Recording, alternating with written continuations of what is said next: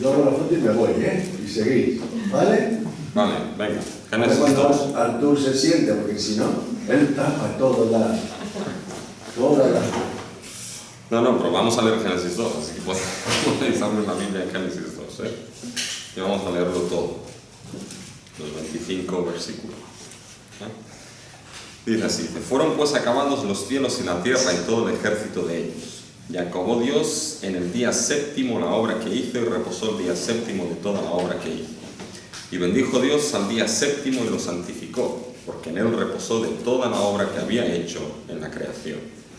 Estos son los orígenes de los cielos y de la tierra cuando fueron creados, el día que Jehová Dios hizo la tierra y los cielos, y toda planta del campo antes que fuese en la tierra, y toda hierba del campo antes que naciese, porque Jehová Dios aún no había hecho llover sobre la tierra, ni había hombre para que labrase la tierra, sino que subía de la tierra un vapor, el cual regaba toda la faz de la tierra. Entonces Jehová Dios formó al hombre del polvo de la tierra, y sopló en su nariz aliento de vida, y fue un ser viviente. Y Jehová Dios plantó un huerto en Edén, al oriente, y puso allí al hombre que había formado. Y Jehová Dios hizo nacer de la tierra todo árbol delicioso a la vista, y bueno para comer, también el árbol de la vida en medio del huerto, y el árbol de la ciencia del bien y del mal. Y salían de Edén un río para regar el huerto, y de allí se repartían 4 brazos. El nombre del uno era Pisón, este es el que rodea toda la tierra de Ávila, donde hay oro, y el oro de aquella tierra es bueno. Hay allí también bedelio y ónice. El nombre del segundo río es Gión, este es el que rodea toda la tierra de Cus, y el nombre del tercer río es Eidekel. Este es el que va al oriente de Asiria, y el río es el Éufrates, el cuarto río es el Éufrates. Tomó pues Jehová Dios al hombre y lo puso en el huerto de Edén, para que lo labrara y lo guardase. Y mandó Jehová Dios al hombre, diciendo: de todo árbol del huerto podrás comer, mas del árbol de la ciencia del bien y del mal no comerás, porque el día que de él comieres ciertamente morirás. Y dijo Jehová Dios: no es bueno que el hombre esté solo, le haré ayuda idónea para él. Jehová Dios formó pues de la tierra toda bestia del campo y toda ave de los cielos, y las trajo a Adán para que viese cómo las había de llamar. Y todo lo que Adán llamó a los animales vivientes, ese es su nombre. Y puso Adán nombre a todas las bestias y aves de los cielos, y a todo ganado del campo, mas para Adán no se halló ayuda idónea para él. Entonces Jehová Dios hizo caer sueño profundo sobre Adán, y mientras éste dormía tomó una de sus costillas y cerró la carne en su lugar. Y de la costilla que Jehová Dios tomó del hombre hizo una mujer, y la trajo al hombre. Dijo entonces Adán: esto es ahora hueso de mis huesos y carne de mi carne, esta será llamada varona, porque del varón fue tomada. Por tanto dejará al hombre a su padre y a su madre, y se unirá a su mujer, y serán una sola carne. Y estaban ambos desnudos, Adán y su mujer, y no se avergonzaron. Bueno, esto es Génesis 2, y como hemos dicho en un principio, es el altavoz izquierdo o el altavoz derecho de todo lo que es la narración de la creación. Ya aquí nos permite ver algunas cosas más, y sobre todo de la creación del ser humano y de la funcionalidad del ser humano, ¿ya? Y nos permite tener lo que es la visión completa de toda esa narración de la creación. Fijaros que lo que empieza aquí, ¿ya?, es lo que se llama el primer Toledot de Génesis, ¿ya? La palabra Toledot en hebreo es esa palabra que se puede traducir como origen, generación, etcétera, etcétera. Y dentro de Génesis hay 10 Toledots, ¿ya? Son las 10 columnas que sustentan y organizan el libro de Génesis. Entonces, fijaros cómo ese primer Toledot lo encontramos en el versículo 4, ¿ya? Dice: estos son los orígenes, Toledot, de los cielos y de la tierra, cuando fueron creados el día que Jehová Dios hizo la tierra y los cielos, ¿ya? Por lo tanto, fijaros que en Génesis 2 tenemos una estructura básica. Tenemos en los primeros 3 versículos, tenemos lo que se llama el epílogo, ¿ya?, el séptimo día. Si os acordáis, cuando hablamos de la creación, en Génesis 1, ¿ya?, teníamos más o menos del versículo 1 al versículo 31, esos 6 días de creación, ¿ya?, con lo que era esa premisa resumen inicial: en el principio creó Dios los cielos y la tierra, ese estado negativo, la tierra estaba desordenada y vacía, y después tenemos los 6 días de creación, ¿ya?, que nos lleva básicamente hasta el versículo 1 del capítulo 2, fueron pues acabados los cielos y la tierra y todo el ejército de ellos. Cielos y tierra en el versículo 1, cielos y tierra en el versículo 1 del capítulo 2. Después teníamos lo que era el epílogo de la creación, ¿no? Que era precisamente el séptimo día. ¿Sí? Que si os acordáis, el séptimo día estaba fuera de esa inclusio que hablamos. ¿Os acordáis de lo que era una inclusio? ¿No? Esos paréntesis, ya estaba fuera del paréntesis de la creación, pero es parte de la creación. ¿Ya? Es decir, está fuera, ¿por qué? Porque el séptimo día es distinto en el resto, lo vamos a ver ahora, sobre todo en el sentido de que Dios ahí no crea nada. Dios descansa y hay otra cosa que significa ese séptimo día. ¿Ya? Está fuera de la creación, pero forma parte de todo lo que es el evento de la creación. ¿Ya? Dime, David. Que Jesús en el séptimo día estaba cansado. Jesús, no es que estuviese cansado, ahora explicaremos, ¿ya? Pero descansó, ¿ya? Pero veremos, ahora explicaremos por qué descansó, no es porque se cansase, ¿ya? Entonces, fijaros que después de esto tenemos lo que se introduce ese primer toledot que hemos dicho, ¿ya? A partir del versículo 4. Por tanto, en Génesis 2, del 2 básicamente al 3, tenemos el séptimo día, y después a partir del versículo 4 tenemos ese primer toledot, ¿ya? Que nos básicamente del 4 al 6 es un poco de resumen, ya cuando los orígenes, cuando todo fue creado, las plantas, etcétera, etcétera, etcétera, ¿ya? Y a partir del versículo 7, si os fijáis, tenemos lo que es la descripción de la creación del ser humano, ¿ya? Y ahí dentro tenemos varias cosas. Tenemos por un lado la descripción del Edén, los versículos del 9 al 14, hay una gran sección ahí.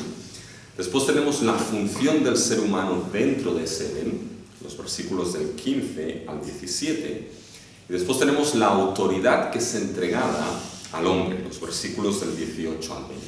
¿Ya? Y después de esto se nos define la creación de la mujer, ¿ya? Los versículos del 21 al 22, y después la función del ser humano ya hombre y mujer creado, ¿ya? Los versículos del 23 al 25. Entonces esto, si acaso, es un poco la estructura que nos encontramos en lo que es en Génesis 2. Entonces, ahora primeramente tenemos que empezar a hablar de lo que es el séptimo día, ¿ya? Porque el séptimo día, aunque forma parte, ¿ya?, de lo que es la creación misma, ¿ya?, vamos a ver que es un día distinto y que es muy importante, ¿ya? Por lo tanto, vamos a ver esas tres cosas en este Génesis 2. Vamos a ver el séptimo día, vamos a ver lo que es el jardín del Edén, ¿ya?, y el significado que tiene, y vamos a ver la función del ser humano dentro de ese jardín, ¿ya?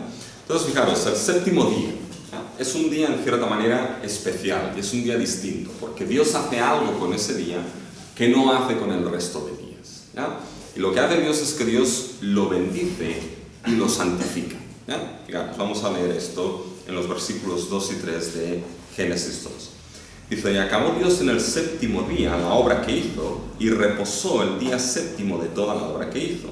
Y bendijo Dios al día séptimo y lo santificó, porque en él reposó de toda la obra que había hecho en la creación. Entonces, fijaros que el séptimo día es un día bendecido y un día consagrado por Dios, ¿ya? Es decir, la idea de santificarlo aquí, no solamente la idea de apartarlo, ¿ya? El significado principal de santificar es la idea de consagrar, ¿ya? Por lo tanto, lo que hace Dios con el séptimo día es que lo bendice y lo consagra de una manera especial, ¿ya? Claro, el motivo por el cual Dios consagra y bendice ese día es porque Dios en ese día hizo algo, ¿ya?, que David ha preguntado, ¿ya?, que es que estaba cansado el Señor. ¿Por qué? Porque ¿qué es lo que hizo Dios en el séptimo día? Reposó, ¿ya? Por tanto, el séptimo día es el día de reposo en la creación, ¿ya? Dime, David. ¿Qué es consagrar? Consagrar es cuando algo se utiliza solamente para servir a Dios, ¿ya? Por lo tanto, cuando tú crees en el Señor Jesús, eres consagrado, eres para servir a Dios, ¿ya? Esa es la idea, ¿ya? Entonces, fijaros cómo Dios lo que hace es lo santifica, lo bendice por la causa de que en Él reposa y de que en Él descansa, ¿ya?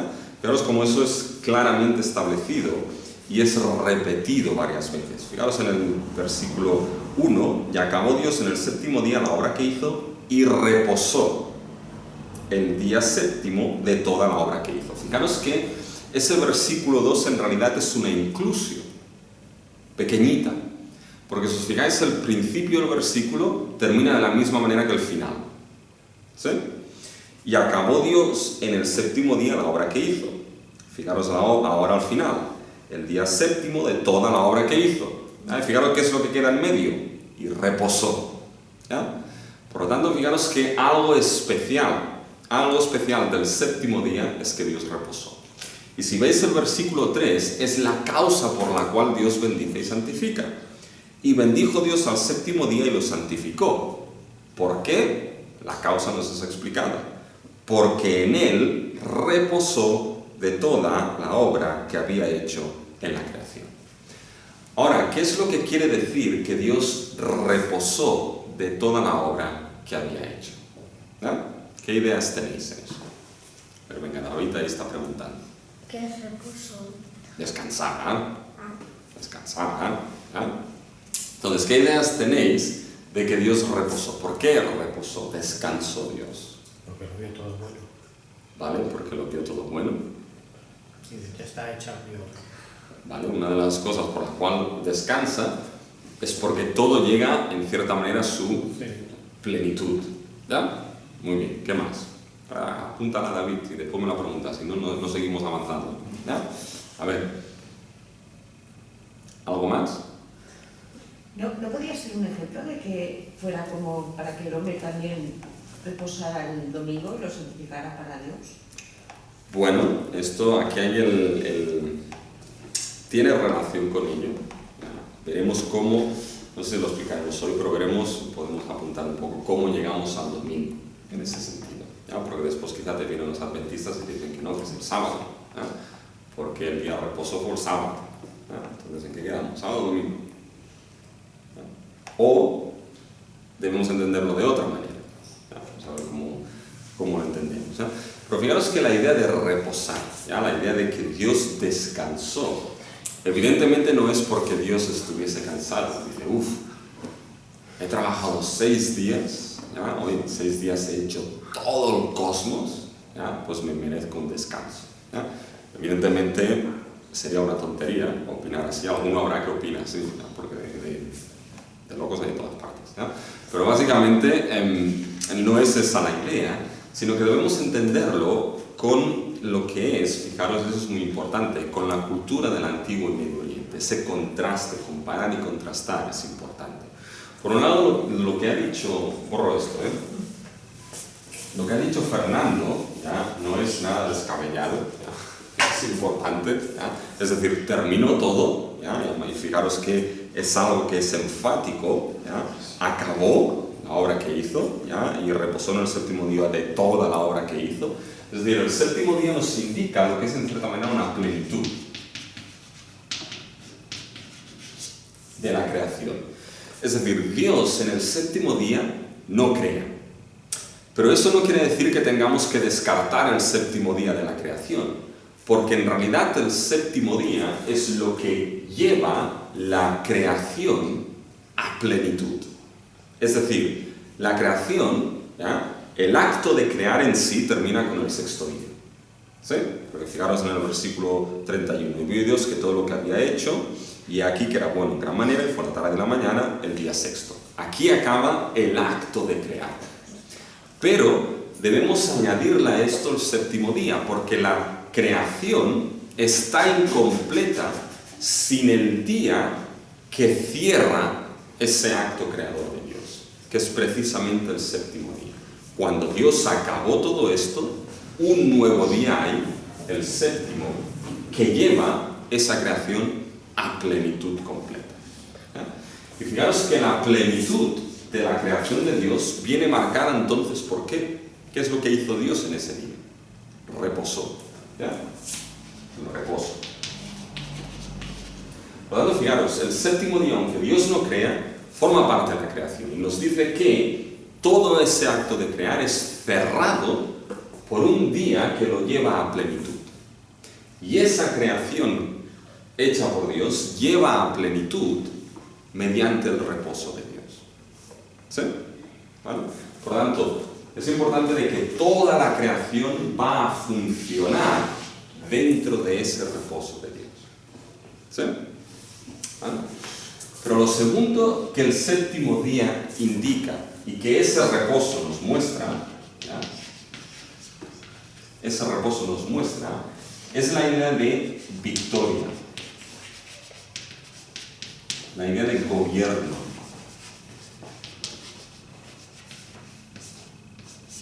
¿Ya? Ese reposo no es un reposo de que Dios se cruzó de brazos y dice, ya está, ¿ya? Aquí está todo. No es eso lo que indica, porque eso contradecería básicamente una de las discusiones que Jesús tuvo con los fariseos, ¿ya? De que si os fijáis, uno de los choques continuos que Jesús tenía con los fariseos era precisamente en asuntos del día de reposo, del sábado, ¿ya? Dice, oye, que tus discípulos están recogiendo espigas en el día de reposo, y oye, ¿qué pasa? ¿Que se han lavado las manos? ¿Qué pasa? Y una de las cosas que ahí entre otras muchas cosas, ¿ya? Jesús les dice, sois capaces de sacar un burro que queda en un agujero en el día de reposo y dejar a uno que se muera. Pero Jesús les dice algo a los fariseos en una de esas disputas. Dice, mi Padre hasta ahora trabaja, pues yo trabajo. ¿Qué es lo que Jesús está diciendo? En el día de reposo, ya ahí, mi Padre hasta ahora trabaja. Es decir, no es que Dios ha dejado ya en el séptimo día de trabajar. ¿Por qué? Porque eso sería un caos, entonces todo el universo colapsaría. Si Dios quita su mano de ese universo y no ejerce su providencia, que gobierna, controla, preserva, todo colapsa. ¿Ya? Entonces no es la idea de que Dios dejase de hacer algo, ¿ya? Es la idea de victoria de gobierno. Es decir, había la visión en el Antiguo y Medio Oriente, ¿ya? De que el reposo de los dioses era un reposo victorioso. ¿En qué sentido? En el sentido de que después de que los dioses, ya en las mitologías de aquel tiempo, después de que los dioses habían creado, ¿ya? Y con esa creación habían vencido el caos, ¿ya? ¿Y os acordáis? Ese vencer el caos podía ser vencer el caos porque había otros diosesillos ahí o porque había diferentes cosas. Pero después de crear y haber vencido el caos, ¿ya? Los dioses descansaban victoriosos. Es decir, el reposo era señal de que habían vencido el caos. ¿Sí? Y es importante entender que ese reposo de Dios, ¿ya? O de los dioses, era expresado, ¿ya? Era visto de una siguiente manera. Es decir, después de que creaban y vencían ese caos, descansaban de manera victoriosa. Es decir, hemos vencido. Por lo tanto, eso implicaba que todo el cosmos que habían creado se convertía en el lugar de reposo de Dios. ¿Sí? En el lugar de reposo de la divinidad. Descansaban en el cosmos victoriosamente. Es como si el cosmos fuese el templo de la divinidad donde descansan victoriosamente y de ahí gobiernan sobre eso que han creado. ¿Sí? Ese reposo en aquel tiempo en la tierra era visto o focalizado en lo que eran los templos y las ciudades. ¿Ya? ¿Vale? Eso es importante, porque fijaros, ¿entendéis eso, no? El reposo, creaban venciendo el caos, y entonces ese vencer el caos en esa creación se cerraba con las divinidades descansando. Pero ahora un descanso de victoria, habían vencido el caos. Por tanto, todo el cosmos creado era el templo donde ellos descansaban victoriosos. Y ese reflejo de ese templo celestial donde descansaban victoriosos, ese reflejo en la tierra era dado en los templos o en las ciudades, que eran imágenes de ese templo celestial donde las divinidades descansaban y gobernaban victoriosas. ¿Sí? Fijaros, tengo algunos ejemplos aquí, ¿ya? De algunas cosmogonías de aquel tiempo del Medio Oriente. Fijaros la cosmogonía sumeria, ¿ya? La cual define lo siguiente, que después de que narra cómo los dioses crearon del caos inicial y vencieron, ¿ya? Más tarde crearon al ser humano y que se encontraron que el ser humano hacía ruido, ¿ya? Y hacía ruido, tiraban petardos en San Juan, hacía mucho ruido, ¿ya? No podían descansar tranquilos esas divinidades. ¿Y qué es lo que hicieron? Bueno, acabaron con el ser humano, ¿no? Pero fijaros que el resultado de todo esto, lo que fue en esa cosmogonía, fue la creación de una primera ciudad que llamaron Uruk. ¿Ya? Y si suena tipo Señor de los Anillos, los Uruk y todas estas cosas así, ¿no? Llamada Uruk. ¿Pero qué era eso? Esa Uruk, esa ciudad, era y representaba el reflejo del orden y descanso victorioso de los dioses en el cosmos. Era el reflejo. ¿Ya? Pero es que la ciudad de Babilonia era interpretada de esta manera también. ¿Ya? Cuando Marduk, que era uno de esos dioses por ahí, venció a otra divinidad, ¿ya? Que se llamaba Tiamat, ¿ya? ¿Qué es lo que hizo Marduk?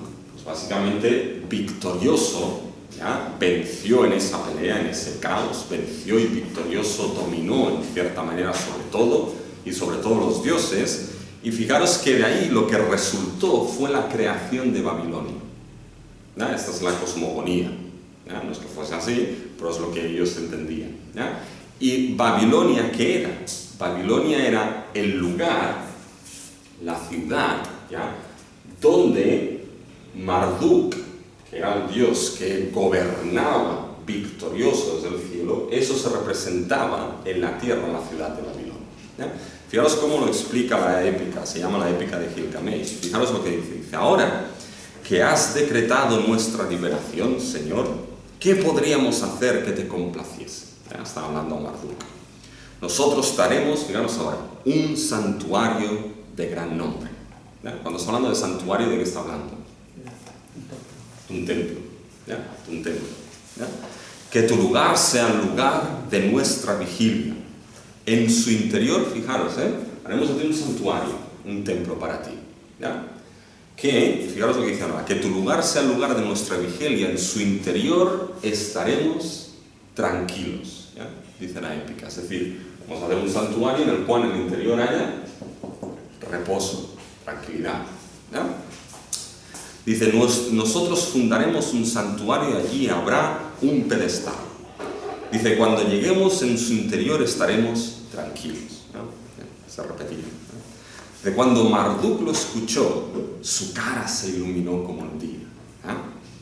Menudo Dios que no sabía lo que iban a decir. ¿No? Pero bueno, en fin, su cara se iluminó ya como el día. Y ahora fijaros lo que dice aquí Marduk. Dice, haced Babilonia, la obra que me pedís, que se hagan los tochos, levantad el santuario. Fijaros lo curioso aquí. En esa épica, ¿qué es lo que se asocia? Se asocia a la ciudad de Babilonia como un ¿qué? Como un templo, como un santuario. Y esa ciudad de Babilonia, que es un templo al mismo tiempo, un santuario, es reflejo de ¿qué? Es reflejo aquí en esta épica, fijaros, es reflejo del reposo que Marduk tenía ¿dónde? En el cosmos. Por lo tanto, el cosmos sería el santuario de la divinidad donde reposaba victorioso, y eso es reflejado en la tierra en un santuario, ciudad, en ese caso Babilonia. ¿Ya? Esas eran las cosmogonías y lo que entendían en aquel tiempo. Fijaros que esto es en la cultura mesopotámica. Cuando vamos a Egipto, ¿ya? Es exactamente lo mismo. ¿Ya? Fijaros ahora en una cosmogonía, cuando Ramsés construye el templo, ¿ya? Para el dios Pan, el que fuese, no sé cuál es, ¿ya? Dice, ahora el dios descansa, fijaros, el dios descansa sobre el trono de su templo. ¿Ya? Fijaros el lenguaje que se está utilizando aquí. Ahora el dios descansa, reposo, pero ¿descansa dónde? No descansa en una cama, no, descansa sobre el trono. Por lo tanto, es un reposo de victoria, un reposo de gobierno. Descansa sobre el trono de su templo. ¿Ya? Por lo tanto, volvemos a lo mismo. Había la idea de que ese reposo era un reposo de victoria de la divinidad, ¿ya? De gobierno, mostraba victoria y gobierno. El cosmos era ese santuario desde donde la divinidad descansaba victorioso, y eso, la tierra, era representado en la imagen de un santuario, ciudad. ¿Sí? Vale. Esa es la idea un poquito que nos vamos encontrando aquí. Si os fijáis, porque si no me voy a liar, ¿ya? Si vamos avanzando, fijaros que cuando llegamos a Génesis, ¿ya? Y llegamos a Génesis a Génesis 2, esto es lo que poco a poco nos vamos encontrando. Porque si os fijáis en el séptimo día, lo que hemos dicho es que este séptimo día marcaba, ¿ya?, lo que era el qué, lo que era la plenitud de la creación. Por tanto, fijaros que la creación termina con el reposo de Dios. Lo que marca la plenitud de la creación es el reposo de Dios. ¿Por qué? Por algo muy claro. Porque la creación es vista como Dios sojuzgando el qué, sojuzgando el caos inicial. Y lo sojuzga creando de la nada, trayendo orden y vida donde no ha vida. Y después de que Dios vence completamente el caos, ¿qué es lo que hace? Dios descansa. Pero ese descanso, ¿qué es lo que debemos entender con ese contexto que hemos hablado? Es un descanso que nos marca de que Dios ahora es el que gobierna victoriosamente sobre toda su creación. ¿Ya? Esa es la idea. ¿Sí? Y fijaros que una de las diferencias del séptimo día, que eso es muy precioso, una de las diferencias del séptimo día en relación al resto, es que el séptimo día no tiene algo que el resto de días sí tiene. ¿Qué es lo que no tiene el séptimo día? A ver quién se ha fijado. Creación. ¿Eh? Creación. Vale, creación, sí, pero otra cosa que es importante.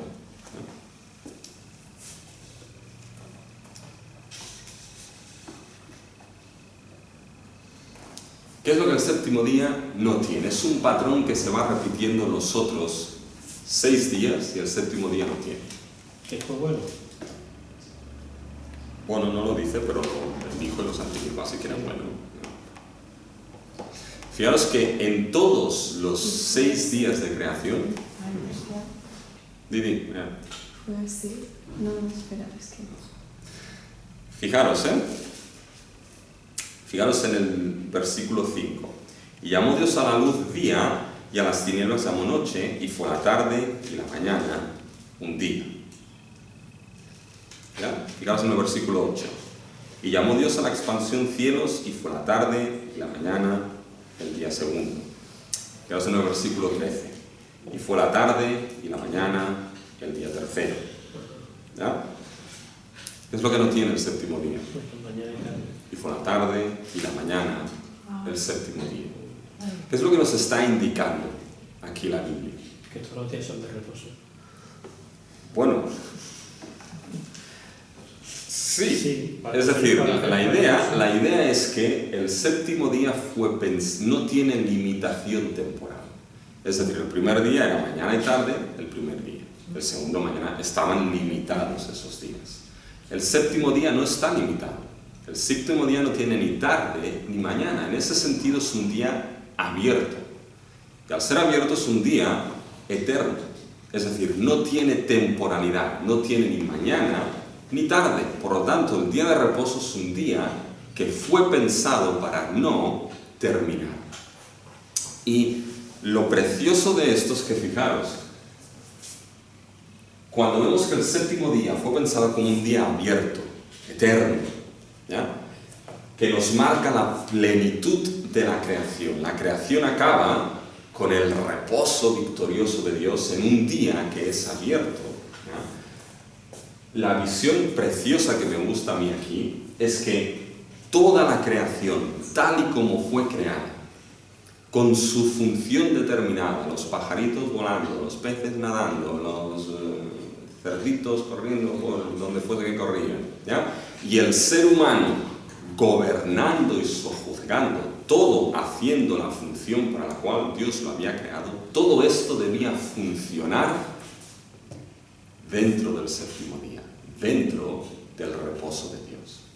Y eso es precioso, es decir, toda la creación entraba a su plenitud, tal y como había sido creada, funcionando como Dios lo había establecido, entraba toda ella de esta manera a funcionar dentro del día de reposo de Dios. Por tanto, aún y el trabajo y las cosas que se tenían que hacer, todo se hacía dentro del descanso de Dios. Todo se hacía dentro del reconocimiento de que Dios reina y es victorioso. Todo se hacía sin sudor y sin lágrimas dentro del reposo eterno de Dios. Y eso es algo precioso, es una imagen preciosa. Y fijaros que ahora, cuando seguimos avanzando en el capítulo 2, fijaros que en la cultura del Medio Oriente, como hemos visto, este reposo, ¿ya?, que era visto en el cosmos, ¿ya?, que era un templo y el santuario de los dioses, se reflejaba en un templo, santuario, ciudad en la tierra. Y eso lo vemos en Génesis 2, donde ese reposo de Dios, que es visto en todo el cosmos como su santuario, va a reflejarse ahora en la creación. Y se va a reflejar, lo vamos a ver, en el primer santuario que Dios creó, que es el Edén mismo. Por tanto, el Edén va a ser el primer santuario. Pero fijaros, antes de que lleguemos a esto, ¿ya?, fijaros cómo la Biblia nos muestra cómo todo el cosmos es el templo desde el cual Dios gobierna, ¿ya? Fijaros, por ejemplo, en el Salmo 11, el versículo 4. Salmo 11, versículo 4.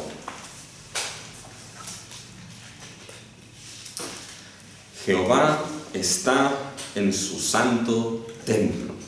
¿Ah? Y ahora preguntaros, ¿cuál es este santo templo? Y la Biblia responde, Jehová tiene en el cielo su trono. ¿Ya? Fijaros la idea que hemos explicado de esa cultura del Medio Oriente. ¿Ya? Cuando vencían ese caos, el cosmos se transformaba en ¿qué? En el santuario desde el cual las divinidades reposaban, ¿ya?, victoriosamente, y era el sitio de gobierno. ¿Ya? Todo el cosmos era ese santuario desde donde gobernaban y descansaban. Fijaros que esto es lo que la Biblia nos dice de Dios. Dice, Jehová está en el santo templo, Jehová tiene en el cielo su trono. Ya, el cielo ahora es el santuario de Dios, desde el cual Dios descansa triunfante y gobernante. ¿Sí? Fijaros en el Salmo 103, versículo 19. Jehová estableció en los cielos su trono, y su reino domina sobre todo. ¿Ya? Fijaros otra vez, ahora el cielo es el ¿qué? El santuario desde el cual Dios que gobierna. ¿Ya? Fijaros en Isaías 66:1, que es uno de los textos que establece el vínculo entre el cielo como trono y lugar de reinado de Dios, con templo y lugar de descanso. Vamos a ver esa relación que hace Isaías 66:1. Fijaros, ¿estáis ahí? Jehová dijo así, el cielo es mi trono y la tierra estrado de mis pies. ¿Dónde está la casa que me habréis de edificar? Y ahora fijaros, ¿y dónde el lugar de mi reposo? Esas preguntas son preguntas ¿qué? Son preguntas retóricas, ¿ya? A la luz de lo que está diciendo Dios. Dios está diciendo, oye, el cielo es mi trono, ¿ya? Es mi trono. Ahí desde donde yo gobierno. Dice, la tierra, ¿ya? La tierra es el estrado de mis pies. Y esa imagen es preciosa porque, no me da caso, pero en los tronos de aquel tiempo, ¿ya? Los tronos solían tener un estrado aquí. ¿Ya? ¿Qué significaba esto? Que el rey que se sentaba en el trono, ¿ya? El trono era el lugar de su gobierno, y ese estrado donde él colocaba los pies significaba que el gobierno del rey en el trono se extendía sobre la tierra en ese estrado. Fijaros que es la imagen que nos encontramos aquí. Jehová dijo así, el cielo es mi trono, ¿ya? Y la tierra es ¿qué? El estrado de mis pies. Por lo tanto está diciendo que el gobierno celestial de Dios se extiende sobre lo que es el estrado de su trono, que es la tierra. Se extiende sobre la tierra, ¿ya? Por lo tanto, fijaros que es la idea misma. El cielo es el santuario de Dios, desde el cual Dios gobierna victorioso como rey creador, ¿ya? Pero ahora fijaros en las preguntas retóricas. Dice, ¿dónde está la casa que me habréis de edificar? Es la idea de templo, eso de santuario, ¿ya? Claro, fijaros, ¿y dónde el lugar de qué? De mi reposo. Fijaros lo que está asociando aquí Isaías. Está asociando el concepto de templo y de santuario ¿con qué? con lugar de reposo, victorioso y gobernante de Dios. ¿Sí? ¿Vale? Ahora aquí, ¿tenéis alguna pregunta hasta aquí? ¿Vais viendo un poquito la idea? ¿Sí? Vale, pues ahora borro mi rey un tanto extraño. ¿Ya? Ahora fijaros que esa idea de reposo que en aquella cultura se mostraba sobre el santuario de una ciudad determinada, que era reflejo del santuario celestial, ¿sí? Vamos a ver que en Génesis 2 eso se va a mostrar en lo que es el Edén mismo.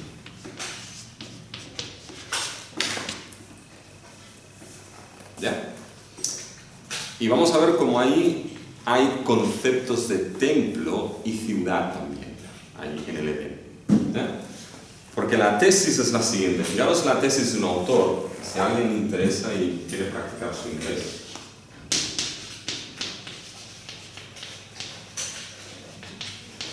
G.K. Peele, Drake se llama, Peele, ¿ya? Es un experto en este tema que voy a introducir ahora, ¿ya? Y la tesis suya es la siguiente, ¿ya? Él dice, el jardín del Edén, dice, fue el primer arquetipo de templo, ¿ya? Es decir, fue el primer templo que Dios estableció. Y como arquetipo, vamos a ver qué dice, fue el modelo el Edén, para todo el resto de templos subsiguientes. ¿Ya? Es decir, el Edén fue el tipo para el resto de templos, sobre todo tabernáculo y el templo que estaba en Jerusalén. ¿Sí? Siguen el patrón de lo que es el Edén. Dice, dicho entendimiento del Edén, dice, mejorará la noción del Antiguo Testamento del tabernáculo y los templos, los cuales, ahora fijaros lo que dice, ¿ya? Los templos, dice, fueron simbólicos microcosmos de toda la creación. ¿Qué es lo que está diciendo aquí este buen hombre, este buen hermano? ¿Ya? Está diciendo que su tesis es el Edén fue el primer templo que Dios estableció. Y como tal, ¿ya? Si el cosmos era el templo de Dios, el santuario de Dios, donde Dios reposaba y descansaba, ahora el Edén es el reflejo de ese santuario celestial, donde toda la creación tiene que entrar y trabajar en el reposo de Dios, gobernante de Dios. ¿Sí? En otras palabras, en el Edén Dios puso el cielo en la tierra. Esa es la idea. ¿Sí? Entonces dice, este Edén es el tipo de los otros templos, tabernáculo y templo.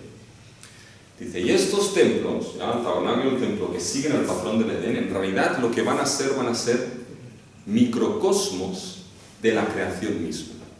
Es como si en ese pequeño templo y tabernáculo Dios pusiese, ¿ya? Un plano, una maqueta de la creación. De tal manera que le permitirá, vamos a ver, a Israel cada cierto tiempo entrar dentro del ideal de esa creación que fue perdida. ¿Sí? ¿Se entiende esto? ¿Más o menos? ¿Usted? ¿Sí o no? Sí, voy pillando. No, si no pregunta, ¿eh? Si no. Sí. Pero tranquila, vamos a esto. ¿Eso se entendió? ¿Sí? Vale.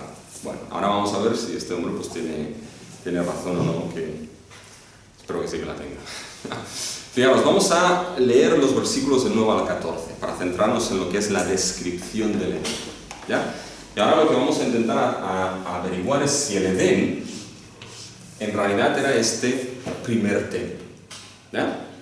Porque si es así, veremos que entonces es imagen del templo de Dios que es el cosmos.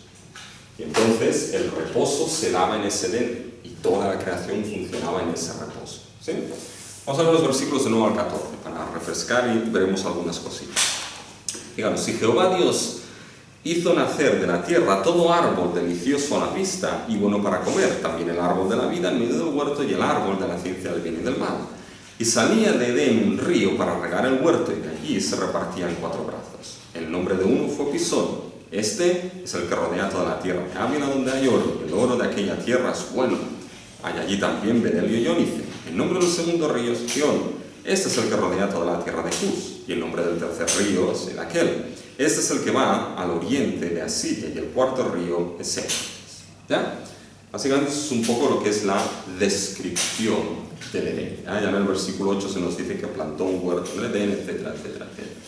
Y fijaros si analizamos un poquito las características ya de ese jardín. ¿Ya? Fijaros que primero el Edén es visto como un lugar tripartito. ¿Ya? Tiene tres partes. ¿Ya? El jardín del Edén.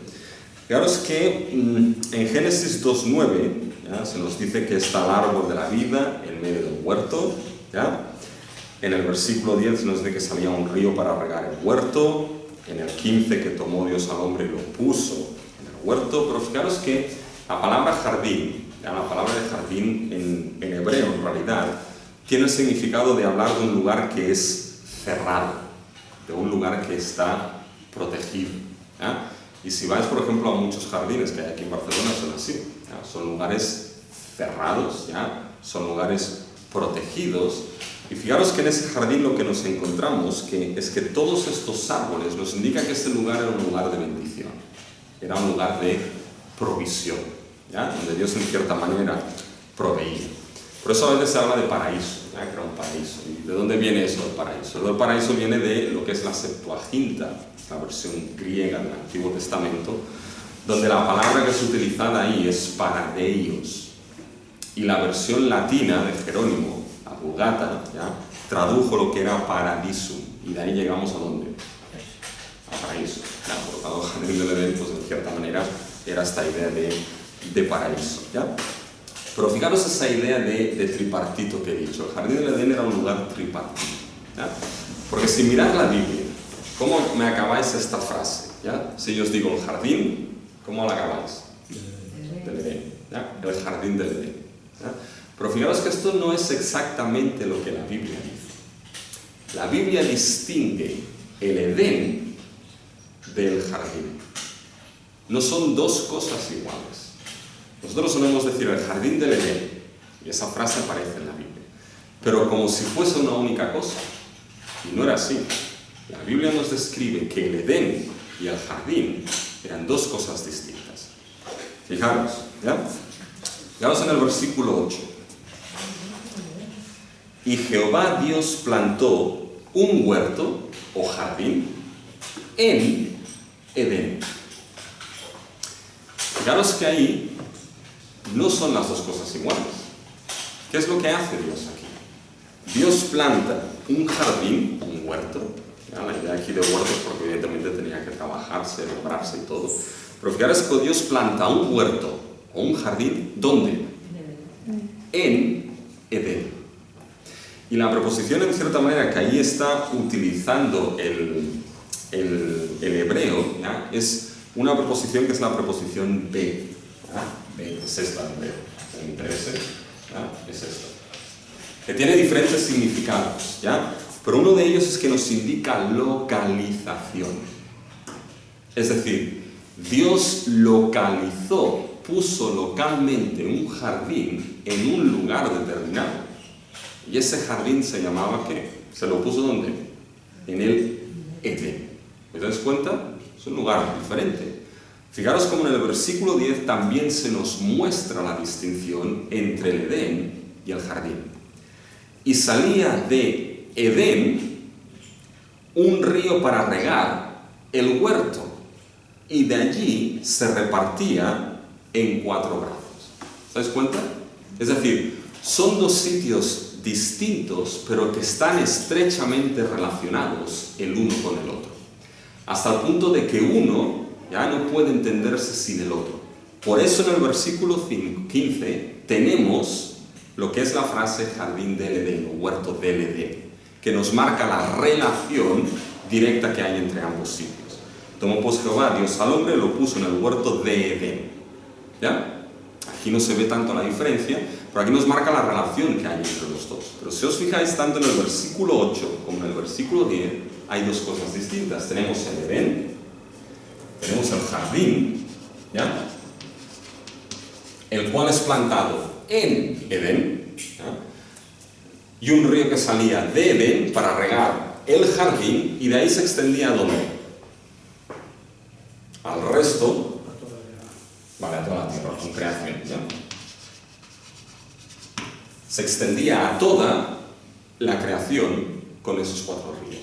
Fijaros entonces que la influencia del Edén, como os visto, la influencia del Edén es vista con un río que riega el jardín y de ahí se riega toda la creación por la extensión de estos 4 ríos. ¿Ya? Por lo tanto, esto nos muestra que el Edén tenía la visión de ser un lugar extensible. ¿En qué sentido extensible? Que la influencia del Edén tenía que extenderse no solamente al jardín, sino a toda la creación. Y ahora aquí viene la pregunta teológica que ya sois capaces de responder. ¿Cómo creéis que esa influencia debería extenderse sobre toda la creación? ¿Cómo creéis que esa influencia del Edén debería extenderse, llevarse sobre toda la creación? ¿De qué manera creéis que esto tenía que ser hecho? ¿O por quién tenía que ser hecho? Por el agua. Del Señor. Por el agua. Por el hombre. Muy bien. Aquel que era imagen. ¿Me decías esto? Tal vez. ¿Sí? Ah, bueno, pues punto. Muy bien. Yo no doy regalos como Roberto. Así que aquel que era imagen debía que extender. Por lo tanto, la idea es que el Edén acabase, vamos a decirlo así, absorbiendo toda la creación. Es decir, toda la creación quedase bajo la influencia de lo que era el Edén. ¿Ya? Es decir, se llegase a un cumplimiento final de que en toda la tierra estuviese la influencia de lo que era el Edén. No solo en el jardín, sino sobre todo. ¿Ya? Por lo tanto, fijaros que, en cierta manera, que hay es un lugar tripartito lo que nos vemos ahí en la creación. Edén, jardín y creación. ¿Sí? ¿Ah?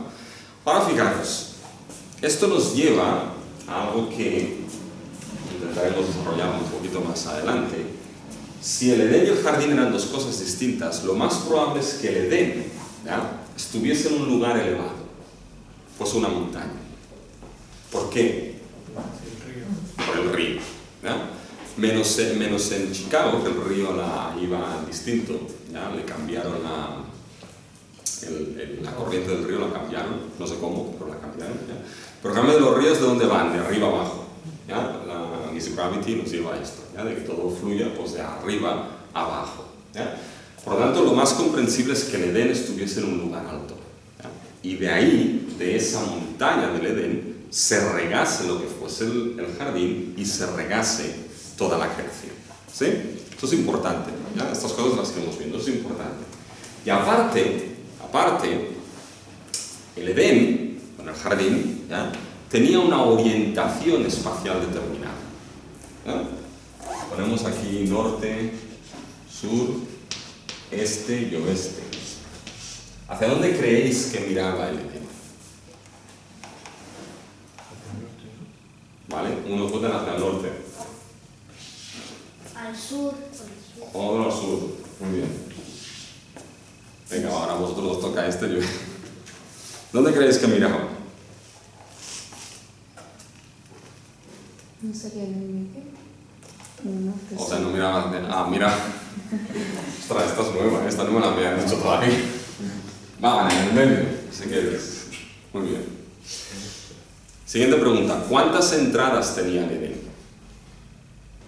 Una que se sepa, ¿no? Donde pusieron los ángeles. Vale, vamos a ver dónde puso Dios los ángeles. Ya, vamos al capítulo 3 y el versículo 24. ¿Ya?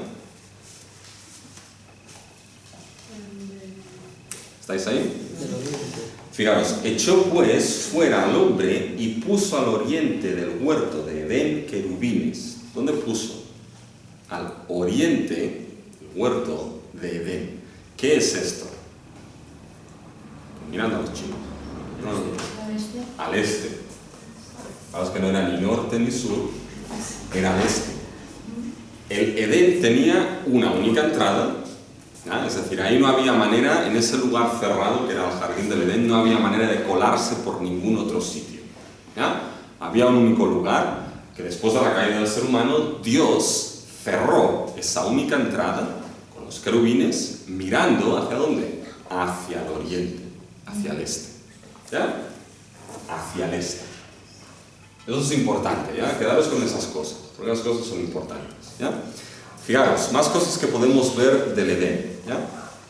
Bueno, una que ya lo hemos dicho, el Edén era fuente de agua, ¿ya? Eso es lo que nos indica, que en cierta manera la supervivencia del jardín, ¿ya? La provisión y la abundancia del jardín, ¿ya? Y de toda la creación dependía de quién, dependía del Edén, ¿ya? Si se cerraba el grifo en el Edén, pues oye, se cerraba el grifo en el jardín y nada, los embalses no había nada y había sequía, como estamos ahora, ¿ya? Pero eso indica que la provisión dependía en cierta manera de ese río que salía del Edén y que se repartía en el jardín y sobre toda la creación. Por lo tanto, es lo que hemos visto, que había una visión extensiva de ese Edén, ¿ya? Tenía que llegar en cierta manera a todo, ¿ya? Fijaros algunas cosas nada más que las tenéis en vuestras notas.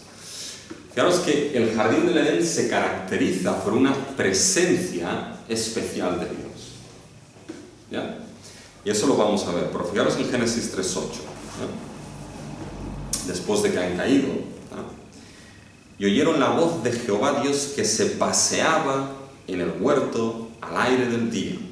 El hombre y su mujer se escondieron de la presencia de Jehová Dios entre los árboles del huerto. Pero fijaros que se paseaba en el huerto, ¿ya? Eso lo volveremos a explicar, pero la idea aquí de pasearse, ¿ya? El verbo que es utilizado, ¿ya? Y lo volvemos a repetir, pero es un verbo que nos indica, nos da la visión de que Dios se paseaba arriba y abajo del huerto. Es decir, había una presencia continua de Dios, ¿ya? Evidentemente, si el Edén era el santuario de Dios en la tierra, era el lugar santísimo de Dios en la tierra, la presencia de Dios estaba ahí, Dios se paseaba, ¿ya? Esa expresión, lo veremos, esa expresión suele utilizarse para hablar de la presencia de Dios en el santuario, tanto en el tabernáculo como en el templo, ¿ya? Por tanto, eso nos muestra ya de que el Edén era mucho más que un jardín, ¿sí? Fijaros después, el jardín es un lugar donde hay decretos divinos. Dios ahí en cierta manera no está callado, es decir, da órdenes, ¿ya? Da mandamientos. ¿Y cuál es ese mandamiento? Comed de todo, pero de este árbol no comáis, ¿ya? Que es en Génesis 2 y los versículos del 15 al 17, ¿ya? Y digamos después el jardín. El jardín era un lugar bonito, tenía árboles y todo, pero ¿qué más tenía el jardín? Ahí los buscadores de oro se pondrían las voces, ¿no? Porque tenía en cierta manera piedras preciosas. Fijaros qué visión tenía el jardín. Mirad el versículo 11 y 12, ¿ya? Cuando define esos ríos, dice, el nombre de uno era Pisón, este es el que rodea toda la tierra, ¿no? Donde hay oro, y el oro de aquella tierra es bueno, y hay ahí también bedelio y ónice, ¿no? ¿Os dais cuenta? Era un lugar de piedras preciosas, de materiales preciosos, ¿ya?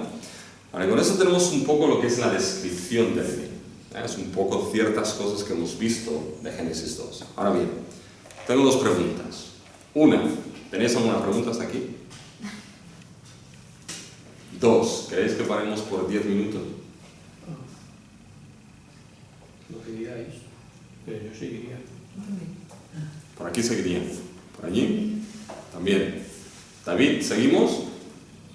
Venga, seguimos adelante. ¿Ah?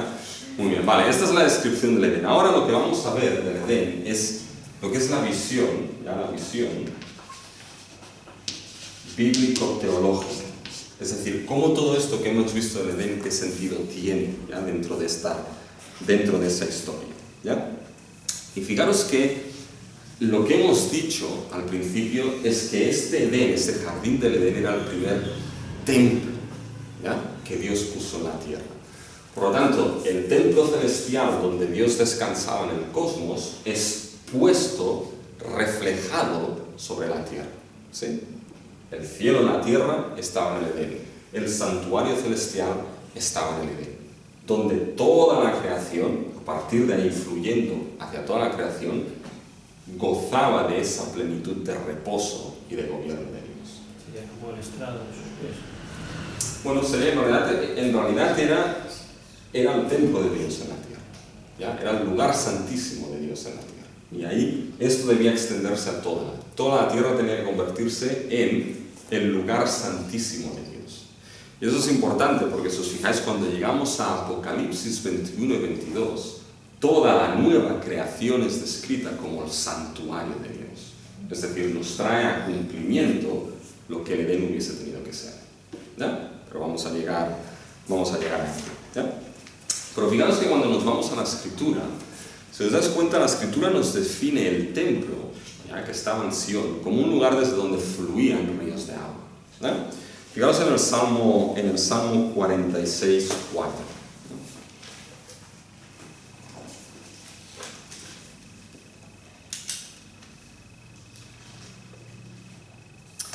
Fijaros que dice, del río sus corrientes alegran la ciudad de Dios. Vamos a ver, ¿cuál es la ciudad de Dios? Aquí en el Salmo, Jerusalén. ¿Ya?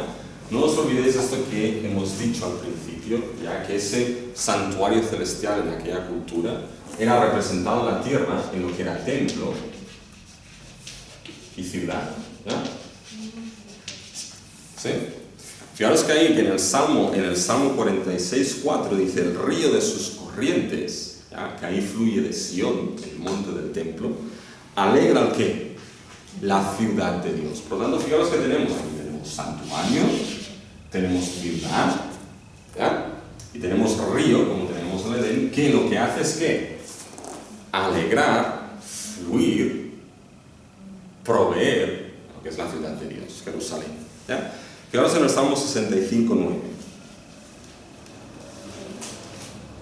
Fijaros que ahí es una imagen en cierta manera del Edén. ¿Ya?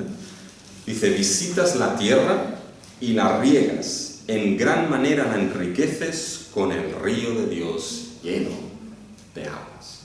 ¿Ya? Cuando vamos a Ezequiel 47, ¿ya?, es un texto que no vamos a entrar en debate ahí. ¿Ya? Está hablando del templo escatológico. ¿Sí? Y ahí hay aquellos que dicen de que al fin de los tiempos, pues Dios, bueno, se va a reconstruir el templo, ¿ya?, en base a lo que es Ezequiel. El único problema es que los que dicen esto, según el patrón de Ezequiel, hay una medida que falta, entonces le saldría un templo plano, entonces es un problema. ¿Ya? Pero fijaros básicamente como en el templo escatológico, ¿ya?, fijaros en Ezequiel cómo se describe, Ezequiel 47. ¿Ya? Pero ahora solamente, ya digo, no es para entrar en el debate que hay aquí, solamente es para que veáis cómo del templo surge agua también. ¿Ya? Creo es Ezequiel 47, a partir del 1 vamos a leer, ¿ya? Y me hizo volver luego a la entrada de la casa, y aquí aguas que salían de debajo del umbral de la casa. Esa casa se refiere al templo, hacia el oriente, ¿ya?, porque la fachada de la casa estaba al oriente. ¿Ya? Pero esto es importante. Todos los templos miraban al oriente. ¿Ya? Todos veis las pirámides, ¿ya?, miraban al oriente. ¿Ya? Los templos miraban al oriente. Muchas de las catedrales en Europa miran al oriente. ¿Por qué pensáis que era así? Bueno, evidentemente evidentemente lo que eran los egipcios así del Edén un poco, ¿ya? Pero la idea en ese sentido de que es por donde sale el sol, es el lugar por donde nace la vida, ¿ya?, y poniente por donde acaba, ¿ya? Cuando fijaros que aquí el templo sigue en cierta manera la estructura ¿de qué? De la cultura de su tiempo, ¿ya? Al igual que el Edén miraba al oriente, fijaros aquí el templo, hacia el oriente, y sale un río, ¿ya? Porque la fachada de la casa estaba al oriente y las aguas descendían de debajo hacia el lado derecho de la casa al sur del altar. Fijaros que es el templo porque nos habla del altar, el lugar santísimo, todo. Y me sacó por el camino de la puerta del norte y me hizo dar la vuelta por el camino exterior fuera de la puerta, al camino de la que mira al oriente, y vi que las aguas salían del lado derecho. Y salió el varón hacia el oriente llevando un cordel en su mano y midió 1000 codos y me hizo pasar por las aguas hacia los tobillos. Midió otros 1000 y me hizo pasar por las aguas hasta las rodillas. Midió otros 1000 y me hizo pasar por las aguas hasta los lomos. Eso sería aquí, digo. Yo como me vuelvo a hacer pasar ya no paso, ¿eh? Dice, midió otros 1000 y fijaros ya. Y era ya un río que yo no podía pasar. No, porque si no caput. ¿Ya? Dice, porque las aguas habían crecido de manera que el río no se podía pasar sino a nado. Y me dijo, ¿has visto, hijo de hombre? Después me llevó y me hizo volver por la ribera del río. Y volviendo yo, vi que en la ribera del río había muchísimos árboles a uno y a otro lado, y me dijo, estas aguas salen a la región del oriente y descenderán al Arabá y entrarán en el mar, y entradas en el mar recibirán sanidad las aguas. Podemos ir leyendo, pero fijaros la imagen de ese templo, aquí escatológico lo que nos muestra Ezequiel. ¿Qué es lo que surge de ese templo? De debajo del templo del altar surge agua. Y es un río que, ¿qué hace? Es un río que cada vez va creciendo a más y más y más. Y ese río, en cada lado hay árboles, como si pasasen por el medio de un jardín. Y son aguas que sanan, que traen vida, que traen provisión. Fijaros que el templo, esa visión del templo es construida a imagen, en cierta manera. Vamos al Edén y nos encontramos lo mismo. Nos encontramos el Edén como algo distinto, ¿ya?, a lo que era el jardín. Pero de ese Edén que fluyen aguas, y son aguas de vida, porque nutren a lo que es el jardín y a toda la creación. Traen abundancia, vida y fertilidad, ¿ya? Por lo tanto, fijaros, como templo y Edén, en cierta manera hay imágenes que se nos relacionan, ¿ya? Y fijaros que, antes os he dicho, podía ser que esto fuese una montaña. Fijaros que esto también se nos ve con lo que es la idea de templo y tabernáculo, sobre todo el templo, ¿ya? ¿Dónde estaba construido el templo?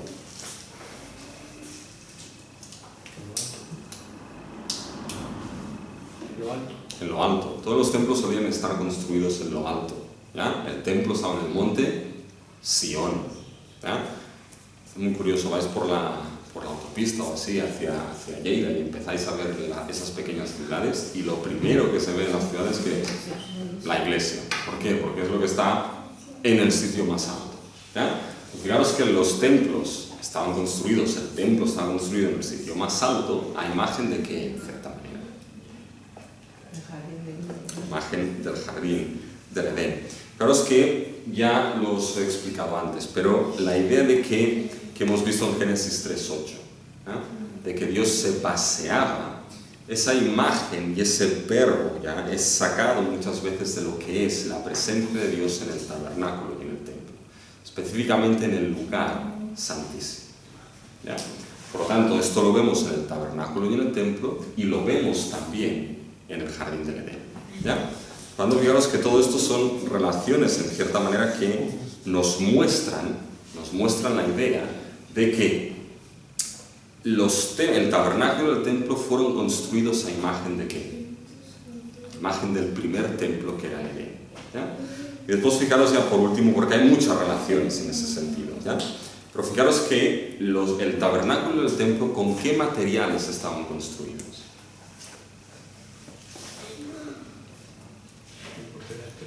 ¿Vale? Estaban construidos con piedras preciosas, y había mucho oro, ¿eh? Había mucho oro.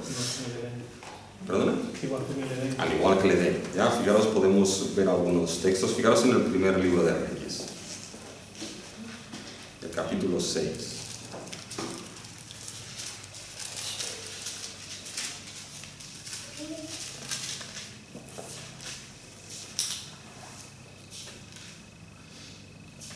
Fijaros en el capítulo 6 del primer libro de Reyes, está hablando del lugar santísimo, ¿ya? Fijaros cómo está construido. Desde el lugar santísimo estaba en la parte de adentro, ¿ya? Y si os fijáis, el tabernáculo y el templo era un lugar también tripartito: el lugar santísimo, el lugar santo y el atrio, ¿ya? Y alrededor el resto, ¿ya? Dice, el lugar santísimo estaba en la parte de adentro, el cual tenía 20 codos de largo, 20 de ancho y 20 de altura, y lo cubrió de oro purísimo. Asimismo cubrió de oro el altar de cedro, de manera que Salomón cubrió de oro puro la casa por dentro y cerró la entrada del santuario con cadenas de oro y lo cubrió de oro. Cubrió pues de oro toda la casa de arriba abajo, y asimismo cubrió de oro todo el altar que estaba frente al lugar santísimo. ¿Qué material? Oro. Oro para parar un tren, ¿eh? Fijaros ahora en Éxodo 25, que es el tabernáculo.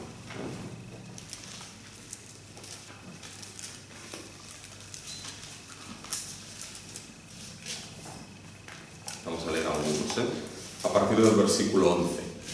En Reyes era el templo, ahora estamos en el tabernáculo. Dice, y la cubrirás de oro puro por dentro y por fuera, y harás sobre ella una cornisa de oro alrededor. Fundirás para ella 4 anillos de oro que pondrás en sus 4 esquinas, 2 anillos a un lado de ellas y 2 anillos al otro lado. Harás una vara de madera de acacia, las cuales cubrirás de oro, y meterás las varas por los anillos a los lados del arca para llevar el arca con ellas. Y las varas quedarán en los anillos del arca, no se quitarán de ella. Y pondrás en el arca el testimonio que yo te daré. Y harás un propiciatorio de oro fino, cuya longitud será de 2 codos y medio, y su anchura de codo y medio. Harás también 2 querubines de oro, labrados a martillo, los harás en los 2 extremos del propiciatorio. Harás pues un querubín en un extremo y un querubín en el otro extremo. Una pieza con el propiciatorio harás los querubinos en sus 2 extremos, y los querubinos se extenderán, etcétera, etcétera, etcétera, etcétera. ¿Ya? ¿Con qué se cubre todo aquí? Con oro. ¿Ya? Entonces, fijaros que tanto el tabernáculo como el templo tenía un material precioso y de buena calidad, como se nos describe en el Edén, que era el oro. Y ahora, último, fijaros que si vamos al templo, y al tabernáculo, pero eran templos que estaban adornados como si fuese un jardín. Queda un poco cursi. ¿Quién haría un templo con palmeritas y con calabacitas y con florecitas? Es un templo, es un templo. Mientras ahí, ¿qué esperas ver? ¿Quién ha entrado en una iglesia católica y una catedral y ha visto palmeritas y calabacitas y florecitas y mariposas? ¿Quién lo ha visto esto? Quedaría un poco cursi, ¿no? Quitaría ese esplendor de... Pero el templo, el tabernáculo y sobre todo el templo, estaba construido con palmeritas, con calabazas, con arbolitos, con florecitas. ¿Por qué esa, déjame decirlo así, cursilería? Porque el santuario estaba concebido como un jardín. ¿Ya? Fijaros que hay podemos tomar varios textos en relación a esto, ¿ya? Pero fijaros bueno, os doy las citas, las tenéis ahí en el primer libro de Reyes, porque si no, no iremos avanzando. El capítulo 6, el versículo 18 aparece esto, el capítulo 7, los versículos del 14 al 35, Ezequiel 41, del 17 al 26, ya nos dan la descripción precisamente de esto, ¿ya? Entonces, ¿por qué lo construyeron como un jardín? ¿Por qué? Por esto, porque el jardín del Edén era visto y considerado como el primer santuario de Dios.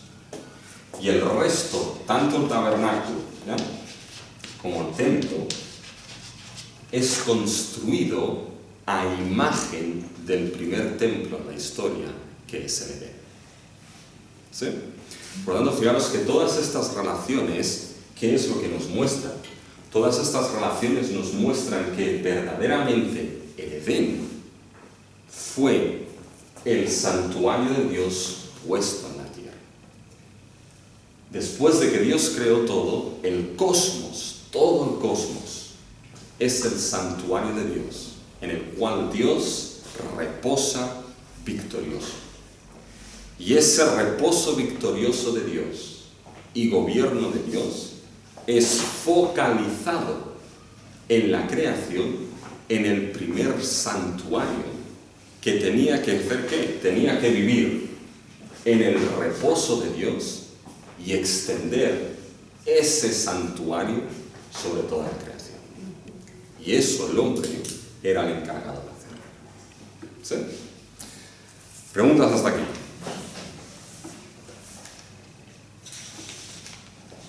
Venga, David, pregunta. ¿Qué es reposo? ¿Qué es reposo? Descanso. Descanso. La voy a cambiar por descanso, ¿ya? Y ahora fijaros, lo último, para ver ya la última relación, ¿ya? Para que la veáis así, ¿ya? Fijaros que hemos dicho que el Edén era un lugar tripartito, ¿ya?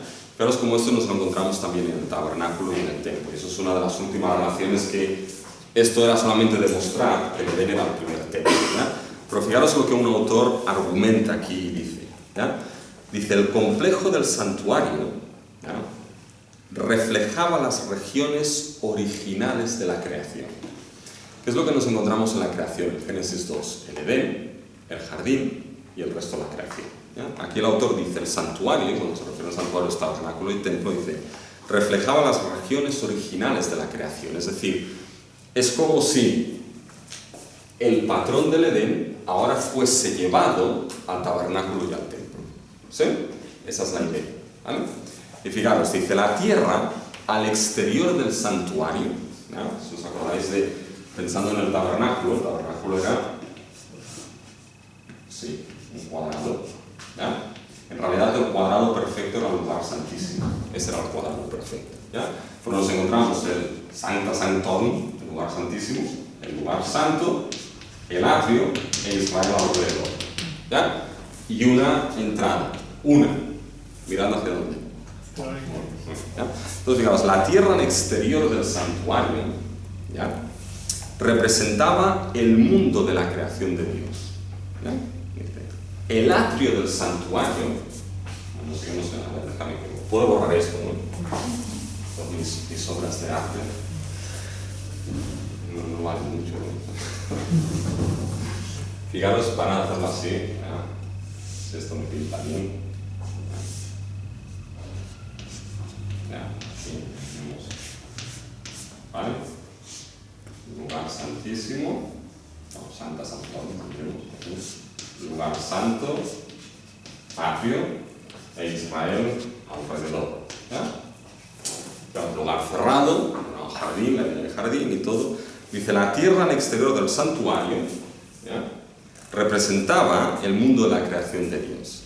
El atrio, ¿ya? Esto, del santuario representaba la región del Edén, lugar de bendición y gozo para el pueblo de Dios, provisto que sus pecados hubiesen sido perdonados. ¿Ya?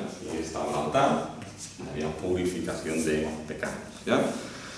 Y el santuario que en un lugar santísimo, a esto se refiere, ¿ya?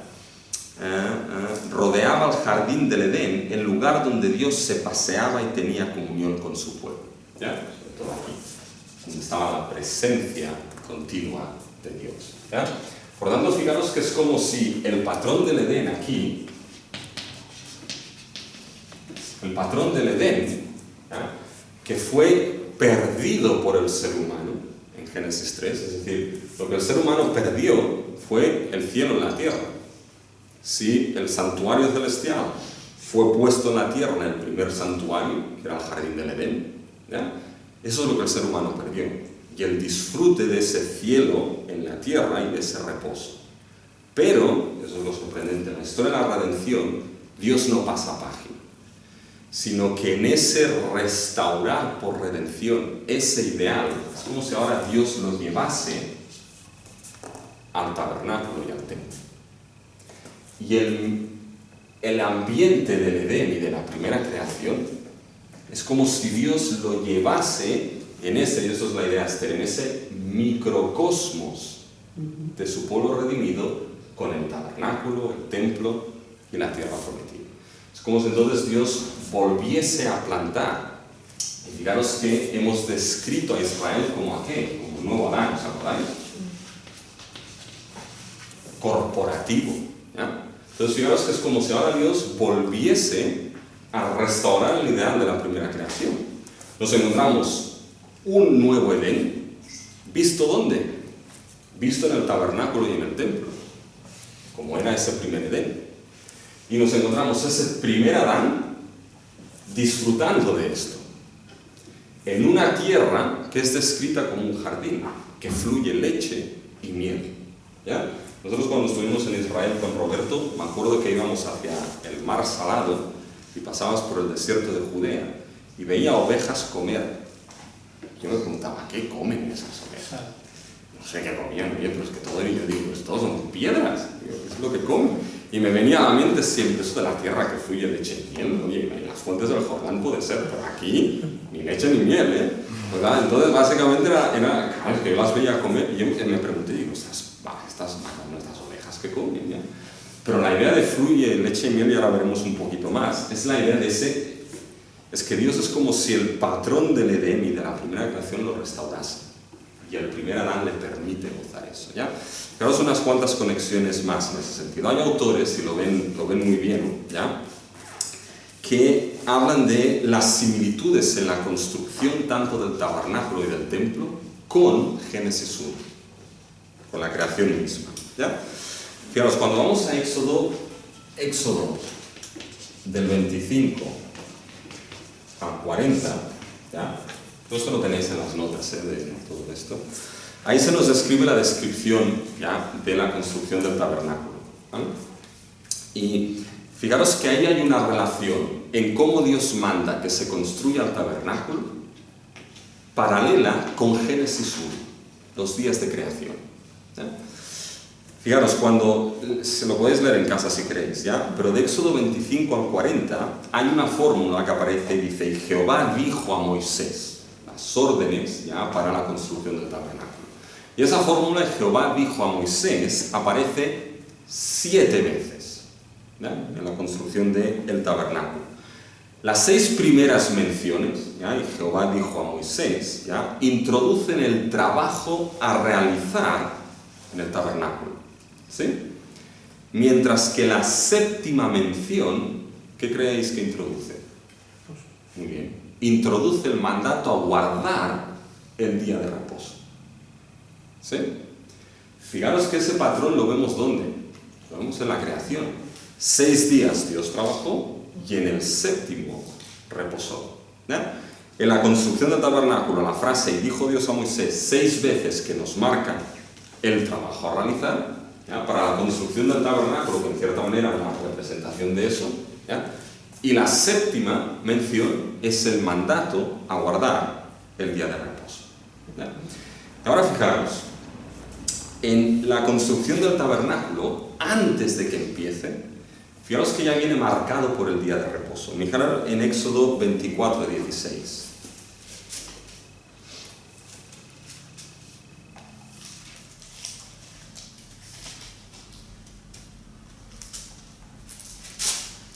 Eh, 24 16.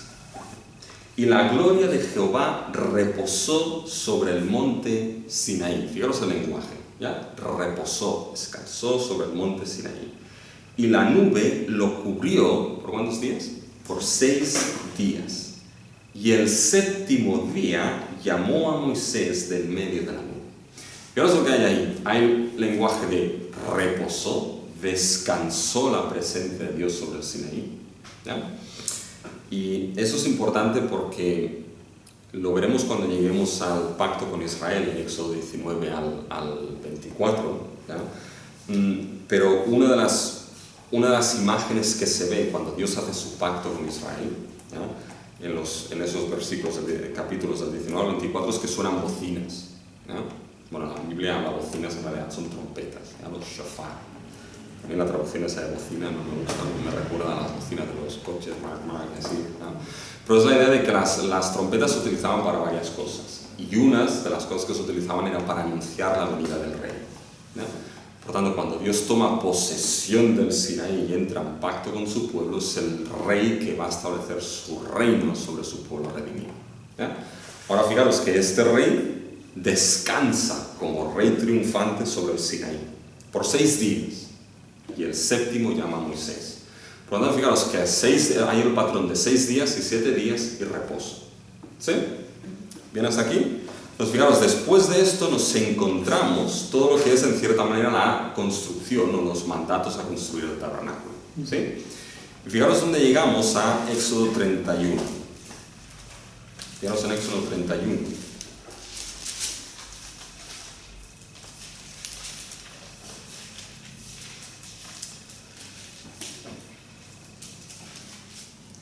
En los versículos del 13 al 17.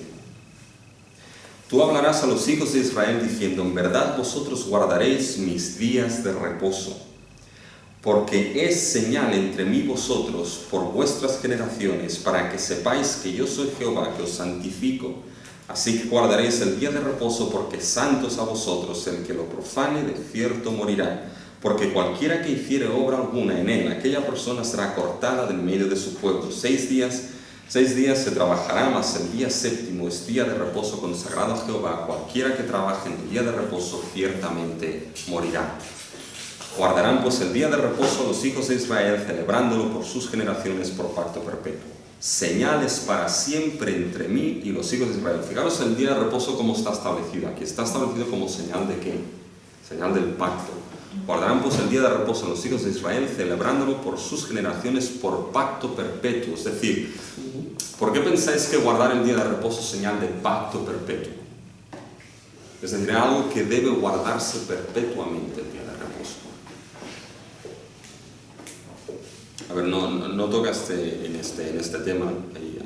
En el siguiente curso de Teología del Nuevo Testamento hay un estudio del día de reposo, ¿ya? Pero es por pacto perpetuo. ¿Por qué? Porque vamos a ver que el día de reposo establecido por Dios reflejaba ¿el qué? Reflejaba el séptimo día de la creación, que era un séptimo día de reposo eterno. Por lo tanto, aquí se focaliza en un día, pero es para pacto perpetuo, porque el primer día era eterno. Y si ese día recoge ese reposo eterno, ha de ser ¿qué? Guardado perpetuamente, ¿ya? Señales para siempre entre mí y los hijos de Israel, porque en 6 días hizo Jehová los cielos y la tierra, y en el séptimo día cesó y reposó, ¿ya? Era cosa seria, ¿eh? Que no guardas ese día, ¿ya? Oye, quizá instituimos esto para el domingo en la iglesia. El día del Señor, que no venga, ¿ya? Sabía bestia esto, ¿ya? Una mala interpretación del texto, ¿ya? Pero bueno, en fin, ¿ya? Entonces fijaros que tenemos capítulo 24, ¿ya? Que hemos leído aquí. Éxodo 24, 16, ¿ya? 6 días sobre el monte, el séptimo lo llamó, reposó, ¿ya? Éxodo 31, ¿ya? Del 13 al 17. ¿Guardar el qué? El día de reposo. Entonces fijaros, tenemos 6 más un día, que es el 7, más el reposo, aquí, patrón de la creación, ¿ya? Aquí nos encontramos el séptimo día, reposo, ¿ya? Y en medio, ¿qué nos encontramos? Las instrucciones para construir el tabernáculo, que hemos dicho que estaban con aquella fórmula de y dijo Jehová, 6 días y el séptimo, reposo. 6 días aquí en la construcción del tabernáculo, y el reposo. Por lo tanto, fijaros que si el tabernáculo es la representación de ese Edén, o ese Edén ha sido puesto otra vez en el tabernáculo, fijaros que nos encontramos en todo esto un patrón, básicamente, de lo que es la creación misma. 6 días Dios trabajó, y en el séptimo descansó, estableció ese Edén, ¿ya? Génesis 1 y Génesis 2. Fijaros que esto lo vemos en el tabernáculo. Es como si Dios, ¿ya? Es como si Dios dijese, bueno, perdisteis esto, pero con el progreso de la historia de la redención, ¿ya? Yo permito que volváis a disfrutar de ese ideal que perdisteis. ¿Cómo? Siendo un nuevo Adán que es puesto en un nuevo Edén, ¿ya? Para que una vez a la semana pueda gozar de ese reposo eterno que perdisteis. Y eso, después de la historia de la redención, de manera más fija, pasa al templo. Eso se movía al tabernáculo. Pero si vamos al templo, ¿ya? Fijaros que el templo es sorprendente, porque ¿cuántos años le tomó, ¿ya? A Salomón construir el templo? Bueno, estas serían preguntas de trivial bíblico. 40 años.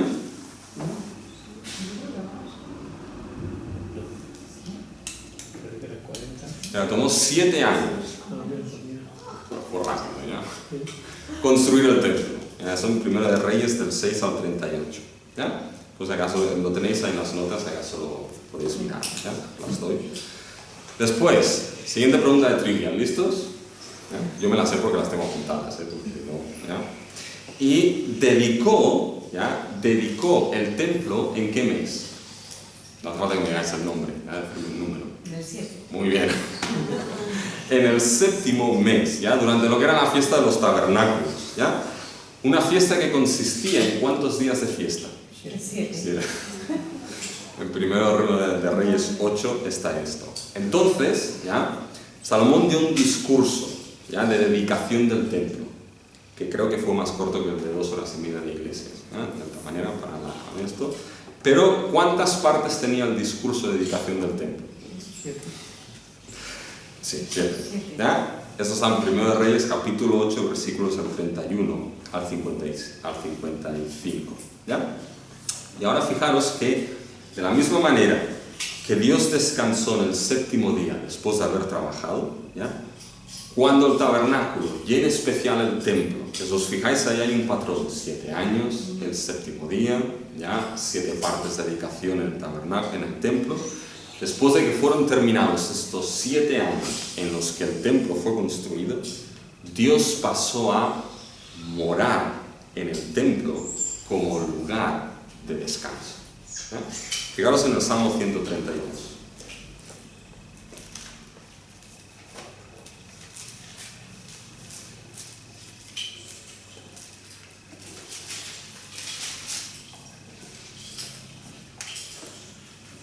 Salmo 132.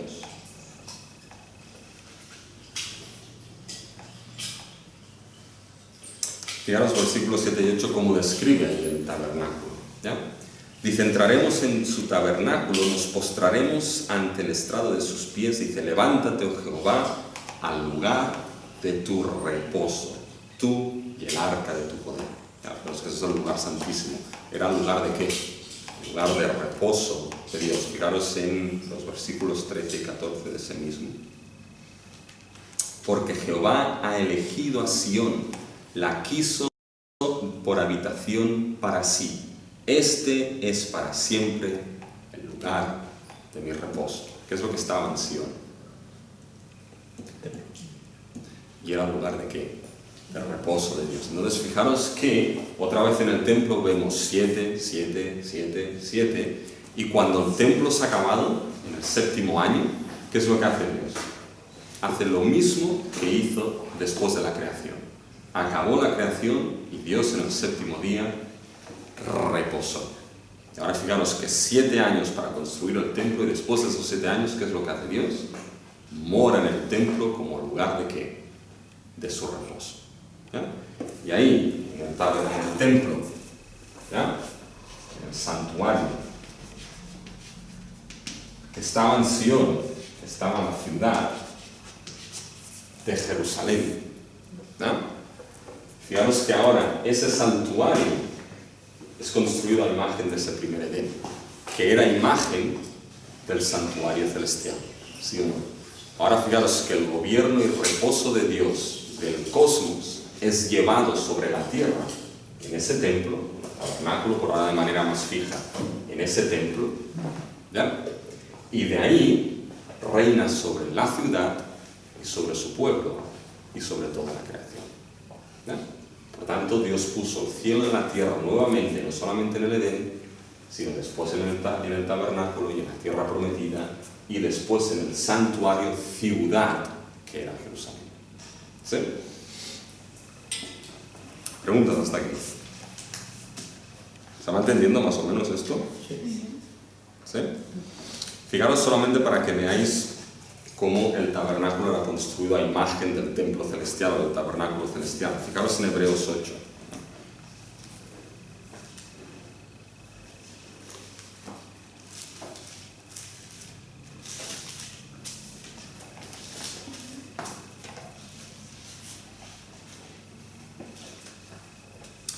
El 4 y 5.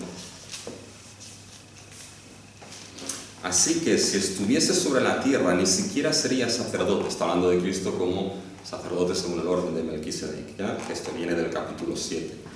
Dice así que si estuviese sobre la tierra, ni siquiera sería sacerdote, habiendo aún sacerdotes que presentan las ofrendas según la ley, los cuales sirven a lo que es figura y sombra de las cosas celestiales, como se le advirtió a Moisés cuando iba a erigir el tabernáculo, diciendo, mira, haz todas las cosas conforme al modelo que se te ha mostrado en el monte.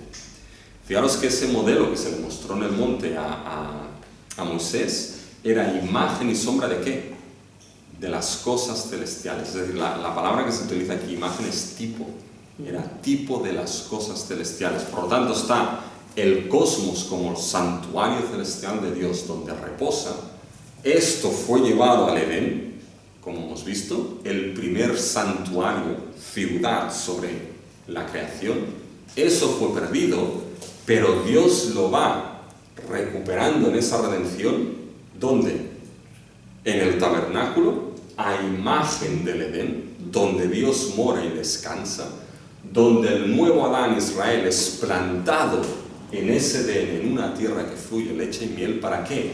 Para una vez a la semana gozar de ese reposo eterno que perdieron y extender de ahí el conocimiento de Dios como reyes y sacerdotes. Eso se ha encontrado después de manera fija en el santuario, ciudad, que era el templo y Jerusalén. ¿Sí? Y fijaros que ahora, a ver si me llega esto, ahora, esto no está en las notas, ¿ya? Esto es un poco más de... Bueno, no de bote pronto, lo que pasa es que uno hace las notas tiempo atrás, entonces va leyendo cosas y van saliendo más cosas, ¿ya? Pues esto lo pongo aquí. Fijaros ya que desde un inicio, aunque uno puede decir, bueno, pero en el Edén no vemos la idea mucho de ciudad. Sí, quizá la idea de santuario, ¿ya? Como hemos visto comparado con el templo y así, pero no tanto la idea de ciudad. Pero fijaros que la idea de ciudad es algo crucial aquí, ¿ya? Porque después de que el Edén, ese santuario, fue perdido, ¿ya? Fijaros que la idea de ciudad sigue en la Biblia. La primera ciudad fue construida por ¿quién?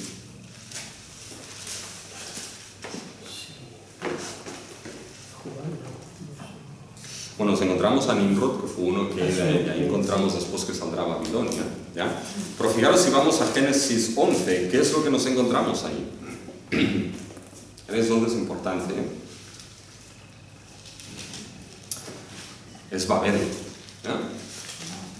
Fijaros ahí, tenía entonces, en el versículo 1, dice, tenía entonces toda la tierra una sola lengua y una misma palabra. Y aconteció que cuando salieron de oriente hallaron una llanura en la tierra de Sinar y se establecieron allí. Y se dijeron unos a otros, vamos, hagamos ladrillo y cozámoslos con fuego. Y les sirvió el ladrillo en lugar de piedra y el asfalto en lugar de mezcla. Y dijeron, vamos, ahora fijaros, edifiquémonos a nosotros una ciudad y una torre, cuya cúspide llega al cielo, y hagámonos a nosotros un nombre, por si fuésemos esparcidos sobre la faz de toda la tierra. ¿Ya? Fijaros que aquí nos encontramos el primer modelo de ciudad. ¿Pero qué tipo de ciudad es esta? Es una ciudad que es totalmente contraria a los ideales que presentaba el Edén. ¿El Edén qué era? Era el primer santuario donde el centro era Dios. Y todo era ¿qué? Teocéntrico allí. La importancia era Dios, no el ser humano. ¿Babel qué es? Es el antagonismo de Edén. Una ciudad con valores contrarios a Edén. Edifiquémonos a nosotros. Hagámonos nombre a nosotros. Bueno, fijaros que la idea de ciudad ya va aquí. Y fijaros que cuando llegamos a Abraham, ¿ya? En Génesis 12, y Abraham salió a la tierra prometida, ¿qué es lo que buscaba Abraham? ¿Qué pensáis que buscaba Abraham? ¿Qué pregunta? No nada por la tierra, ¿no? ¿Qué iba a buscar? Seguía órdenes. Vale, seguía órdenes. Seguía órdenes, buscaba ir a la tierra prometida. ¿Ya? Pero acordaros lo que os dije en la Biblia. En la Biblia, la revelación es progresiva en la historia del tiempo. Y hay una conexión intertextual. ¿Os acordáis? Textos tardíos interpretan textos tempranos. ¿Ya? Quizá Abraham no sabía muy bien lo que buscaba la tierra, pero fijaros el autor de Hebreos qué es lo que nos dice que buscaba Abraham. Fijaros en Hebreos 11.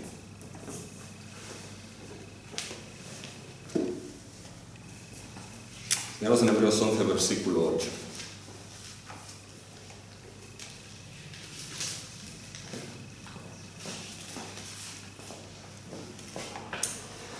Dice, por la fe Abraham, siendo llamado, obedeció para salir al lugar que había de recibir como herencia, es lo que ha dicho Fernando, ¿ya? Y salió sin saber a dónde iba, ¿ya? Pobre hombre.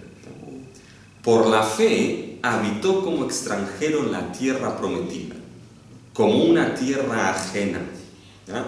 Morando en tiendas con Isaac y Jacob, coherederos de la misma promesa, ¿vale? Eran extranjeros en esa tierra, es decir, no era en cierta manera su patria final. ¿Por qué? Versículo 10, fijaros lo que dice. Porque esperaba la ciudad que tiene fundamento, cuyo arquitecto y constructor es Dios. ¡Wow! Eso es sorprendente. Quizá Abraham no lo podía ver de manera clara, nosotros lo vemos por esa revelación bíblica progresiva. Pero buscaban una ciudad cuyo arquitecto y constructor fuese Dios. Abraham nunca tuvo un lugar donde asentar los pies. Lo máximo que tuvo es una tumba.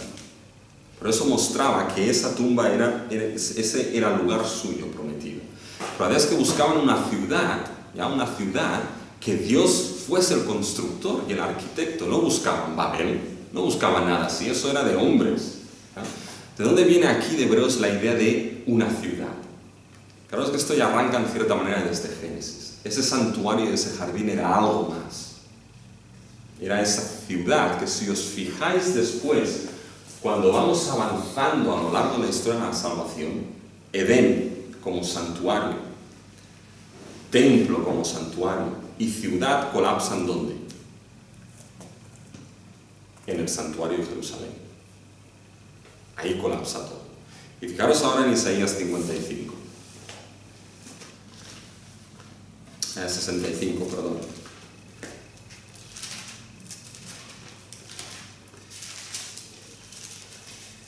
Isaías 65 a partir del versículo 17.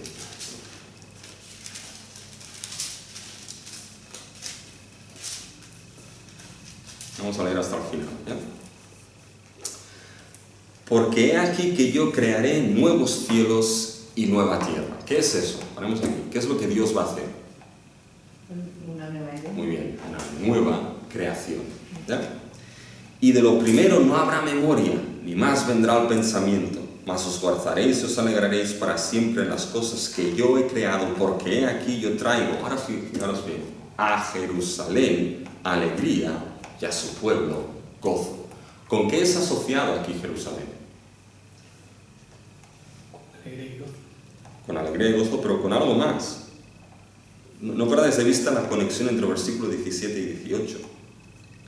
He aquí yo crearé nuevos cielos y nueva tierra. No habrá memoria de lo pasado. Hay algo nuevo, una nueva creación. Y esa nueva creación traerá alegría a Jerusalén. Es decir, fijaros que aquí Jerusalén es en cierta manera puesto en paralelo ¿con qué? Con la nueva creación, con los nuevos cielos y con la nueva tierra. Y fijaros, si me alegraré con Jerusalén y me gozaré con mi pueblo, y nunca más se oirán en ella voz de lloro y voz de clamor. No habrá más allí niño que muera de pocos días, ni viejo que sus días no cumpla, porque el niño morirá de 100 años y el pecador de 100 años será maldito.